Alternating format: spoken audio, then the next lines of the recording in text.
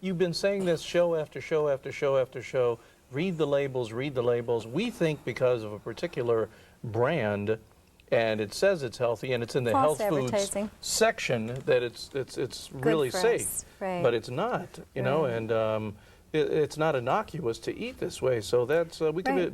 be exacerbating a condition.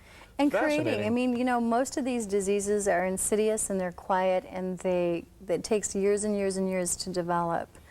So, you know, there are some very simple tests we're going to go into here.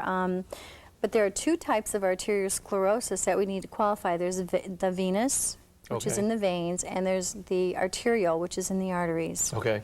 So the venous basically means if you have an arterial block, it means that you have this problem when you walk real briskly. There will be pain in your calves and your feet, and it will let up when you stop walking. That's arterial blockage. The venual blockage would be the pain in your legs or calf diminishes as you walk, but when you stand still, the pain increases. So there's more pain when you're still if it's a venual kind of problem, okay? Okay. If the veins are congested. Arterial means there's more pain when you actually walk and move. And I the pain see. goes away when you slow down. Okay? So you need to know that there are two kinds, and there are different places in the body that they can actually be present in. For the most part, we'll get into this in another show, Kurt, but for the most part, if you have discomfort in that sternum area, that means you have an arterial block up here. If you have, you know, pain or discomfort, hearing, eyes, memory loss, that means that it's generally from the neck up, and that can be arterial or venual. If you have pain or discomfort in the abdominal area or the thighs or the legs, then that would be from the waist down. There's some kind of blockage down in the lower extremities. So wherever the pain presents or the discomfort presents or the symptoms present, that's where the blockage is located. Head, torso, hips, legs. I see. So there are ways that you can take a look at it and really monitor yourself. Well, I think that's so very, yeah. very important, And you if know, it's, to know that. if it's chronic, then you know what, don't ignore it. A lot of people go, oh, I just have always had pain in my legs, I'm just going to ignore it, it's just me, I'm getting old. And it's easy to do that. You know, you would think, well, I was an athlete at one time and I really abused my body, so therefore I have to pay now. You know what I'm saying? No, Absolutely. you don't. I mean, Yes. you really need to check it out. There are a couple things that we can get into, Okay. you know, about testing. If you want to help me do maybe one of them, it would be fun to do. Who could turn down this face? Some of you want to help me test? Let's play. We like playing. Let's play. Let's All play. right, tell me what to do. Okay, first of all, give our viewing audience two tests that they can do at home. Okay. The first How one, often do you hear you can do this at home? You know? this is a self-help test. So you can actually go, you need a buddy though. It's helpful to have a buddy. Take your little feet, barefoot, go outside, walk in a chemically untreated grass. Okay, walk around for 2 minutes in the grass. Lay flat on your back, put your feet in the air, and have someone look at the bottom of your feet. And if you see there are white spots on your feet after walking for 2 minutes in the prickly grass, that means that you've got some arterial blockage in the lower extremities. It's very simple. The second one is you would walk, you lay on your back and you put your feet in the air, and you take your ankles and you twist them like this, okay, around and around and around. You should be able to do that for 10 minutes comfortably. If you can't do it past 2, 3, 6 minutes, that means you've got some blockage as well in the lower extremities. Yeah. So I tried it. I was trying this in my office the other day. I was like, no problem, my toes are still going. Cracking a little bit, but they're still going. Another very simple thing to do is to look in the mirror, and if you see a white ring around your eyes, that's a sure sign of arteriosclerosis, and that would be in the upper extremities. A white ring around your eyes? White ring around your, the blue or the brown. Interesting. Around the iris. Okay. And you've seen that in people, I know you have. I'm sure you look at it and think, isn't that odd? Yes, well, absolutely. That's blockage or plaque formation in the arteries. My goodness. And that's generally in the aorta. My goodness. The other one is the ear test, and that means diminished hearing. So if you have a hearing test and your hearing is going, you need to check out, again, the upper extremities. It could be in the sternum area, could be in the aorta area or the heart. I'm sorry, what did you say? The aorta. Aorta area and the heart. So, and the last test I'm going to have you do with me, okay? Okay. This is a test whereby you take your hands and you put them up. All right. Now, I'll tell you right when here. to do what you're going to do. Okay. Okay, so everybody's watching, right?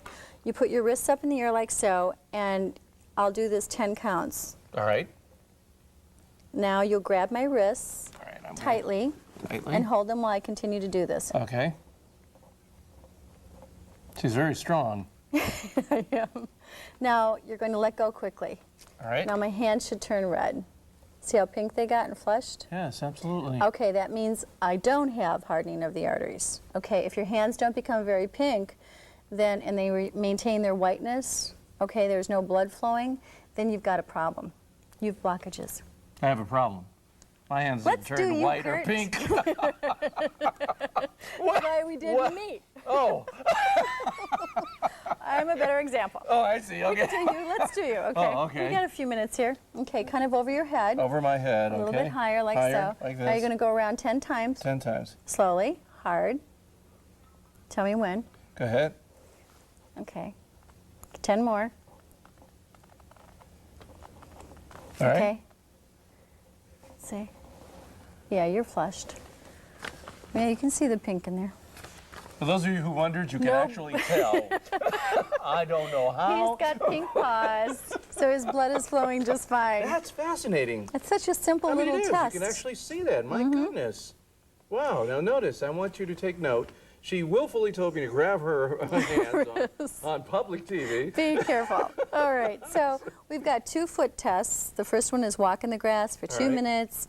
You know, put your feet up in the air, lay flat on your back with your feet up, but there should be good circulation. If there's white spots on the bottom of your feet, that indicates some plaque formation, usually in the lower extremities. The second one is just lay on your back, feet straight up in the air. Do the twirling of the ankles like I just did with my wrist. Okay. For 10 minutes, you should be able to do that without fatiguing. Actually, the ankles should not become fatigued. If you can't do that, then you've got something else Some going on. blockage or Yes. whatever. And the other one is look for the white ring around the iris. If there's a white ring, then that would indicate some blockage as well, usually from the heart area. And of course, if the hearing is going, that would be something in the aorta or the neck. And then we've got our little wrist test that we did. That's very good. See, these are so simple, and it's preventive.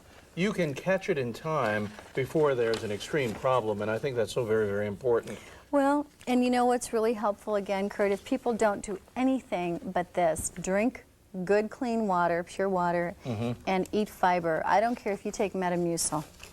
All right, not that I like it. I'd rather get it from fruits and vegetables and things that I love.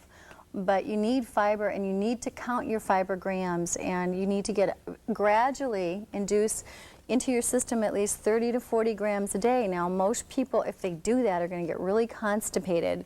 Not a good thing.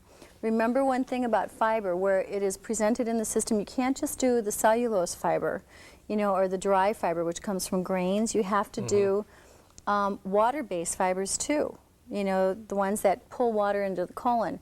Because if you just do fiber that comes from Metamucil without enough water and just do fiber from grains and rices and potatoes and breads, it creates more mucus in the intestines.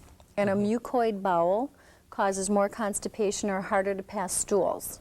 Oh, really? So what we call a watery bowel is much healthier, and watery bowels, you know, where you have loose stools that are easier to pass, because if we don't move our bowels, we're not pulling all this plaque out of the system, come from fruits and vegetables. And that's why we come back to darn it again and again. You know, 9 servings of fruits and vegetables a day. Get 3 to 4 pieces of fruit and 2 to 4 cups of vegetables every day. That is so important. Okay, because that pulls water into the bowel. Yes. It scrubs the wall of the colon and clears out the plaque in the colon, because you get plaque in your colon as well. Calcification along the walls of the colon. That's fascinating. So you need fiber. Let's You do need lots fiber. of fiber and water. Fiber and water. Fiber and water. You know, I'm going to tell you something, and you've often said drink good water. I put in my office a fountain, and it said, just simply, I didn't even take it seriously, it said, do not use tap water in this fountain. Use mineral water, use distilled water, et cetera, et cetera. And I said, oh, please. You know, so I was running out getting good tap water from a very good area and putting it in this machine till the machine broke. My little fountain wouldn't Calcified. spew out any water anymore. And I said, Stuck. what's wrong? So I went in and I started cleaning it out, and it was so filthy. And it was just in case I went back to putting the mineral water or the distilled water in. Clean, runs well.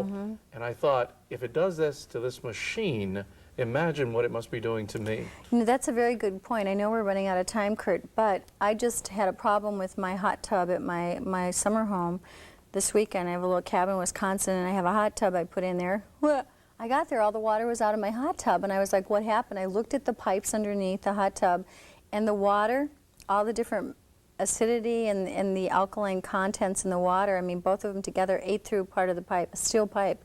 My It's only goodness. been in there for 2 years. It's a relatively, you know, new pipe, and I Yes. took it in and I took the piece to the Whirlpool people, and they were like, oh, your water has way too many minerals in it. I mean, too much calcium, basically, which is very acid, and it just ate through the pipe. So, I mean, it's incredible. It really is. So think about our pipes. That's right. So we need to talk real quickly, I think, about things people can do, huh? Okay, let's do that. Okay. Aloe vera gel is Okay. great. It really does help to lubricate, clean, and scrub and cleanse the arteries and the veins. B6 is really important, so write this down, you guys, because you won't remember all this. 50 milligrams of B6 every day really helps to pull toxins, metals, and break down fats in the liver. Garlic, and aged garlic is the very best. It has to be aged. If it doesn't say it, don't do it. I mean, you may as well get all the benefit. If you're going to pay that amount of money for pure products, you may as well do aged. B complex is very healthy for the arteries and veins. Folic acid is what I call Ajax for the arteries. It helps to like. Now, folic acid is, you know, found in small doses, so you have to do it consistently all day long, like 2 to 3 times a day, because the body disposes of it, and it should be sublingual rather than going through the digestive system, because you lose over 50% when the acids hit it. So under your tongue, let it melt down. And 400 micrograms, I'd say 3 or 4 times a day is great. Okay. Choline is wonderful for breaking down plaque in the arteries, and it's found in wheat germ and grapes for the most part. Bee pollen is excellent. 1/4 teaspoon twice a day would be great. Supports your arteries. There's a product that I use called Herbal Chelation by Hannah Kroger, which is fabulous. It's got everything in it. Arnica and hyssop tea. You can mix the two together and drink 1 cup 3 times a day. That's My also goodness. very, very good. Okay. For people who've had strokes, do the following. All right. We're going to do red clover tea, at least 1 cup 2 to 3 times a day. You can take red and white onions. This is something I gave to my grandpa. Boil them down, drink a 1/2 cup of onion water with 50 milligrams of B6 phosphate in it. Okay? Your That's good. B6 every day. Increase bananas, tomatoes, rice, and millet, whole grain rice, not white. And there's a protocol for almonds. You take almonds, 1 almond a day up to 15 days, chop it up, put it in your hot water, drink it up to 15, then go back down. So every day, day 1 there's 1 almond, day 2 there's 2, day 3 there's 3. And do that. That helps to clear the veins and arteries out as well. You did it in time. My goodness. I thought either the cameraman was giving me a peace sign or Yes, trying to hurry up, hurry up, hurry up. So we did Thank you it. so very, very much. You're Want to say welcome. goodbye to your grandfather before we go? Hey, Grandpa. See you next week. Bye. That was so nice. Thank you. And I hope you took real good notes. And thank you for helping me interview Deborah once again. Take care. Wonderful. Good job.